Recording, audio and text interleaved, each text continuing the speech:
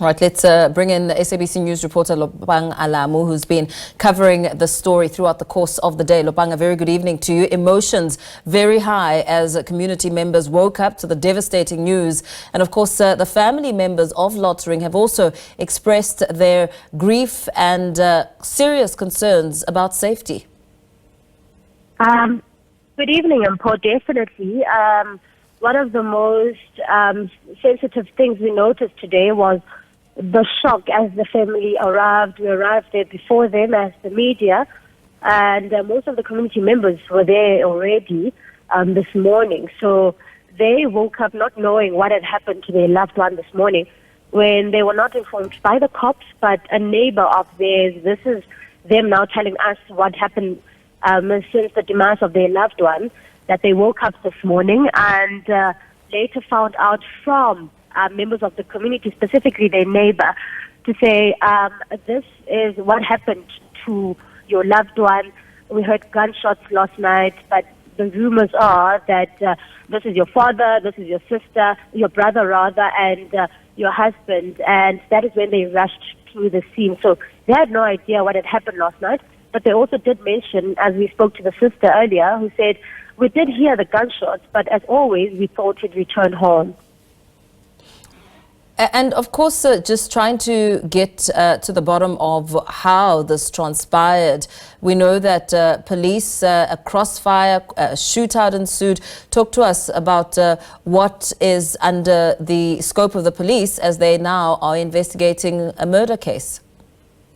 From what we understand, there was a cop car that was patrolling that specific area, and they suspected a white bakkie. This is what we heard from Colonel Mavela Masondo, who we spoke to earlier. They followed the vehicle then and noticed that the suspect would not get out of the car, rather.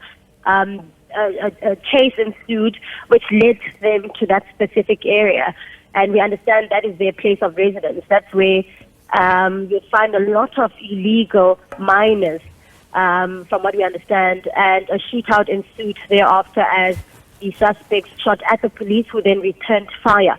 And unfortunately, this is now where 59-year-old Jerome Lotering comes in.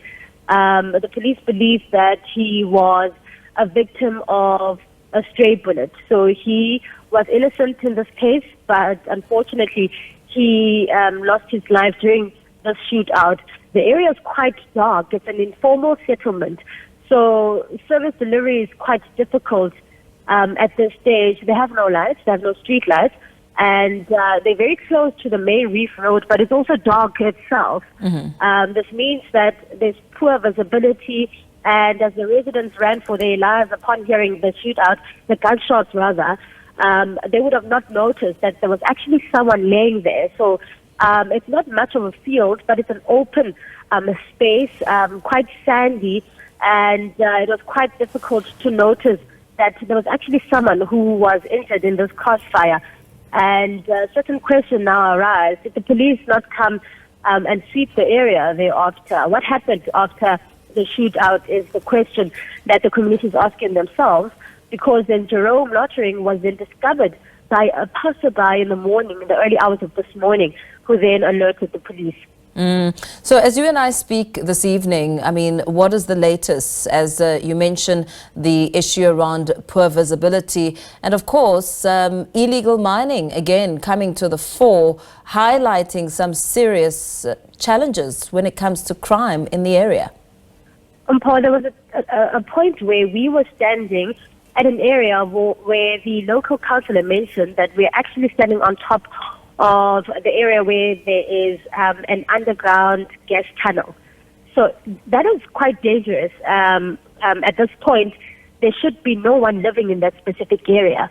So one of the first concerns that need to be addressed is to completely remove the people who reside in that informal settlement of Zamimpilo to move elsewhere. And when we spoke to the councillor earlier, we were told that there have been alternative housing for these residents, and 200 out of 1,000 would not move.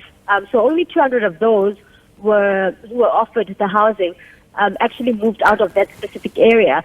But they became quite comfortable. That's where their community is now. That's where their families reside. So it was quite difficult for them to move from that area. But what we also understand is that almost 80% of the people who reside there are unemployed. And of those who are employed, they do really odd jobs, piece jobs from what they call it. So it's quite a sad state of affairs in that specific area where just shacks just keep mushrooming.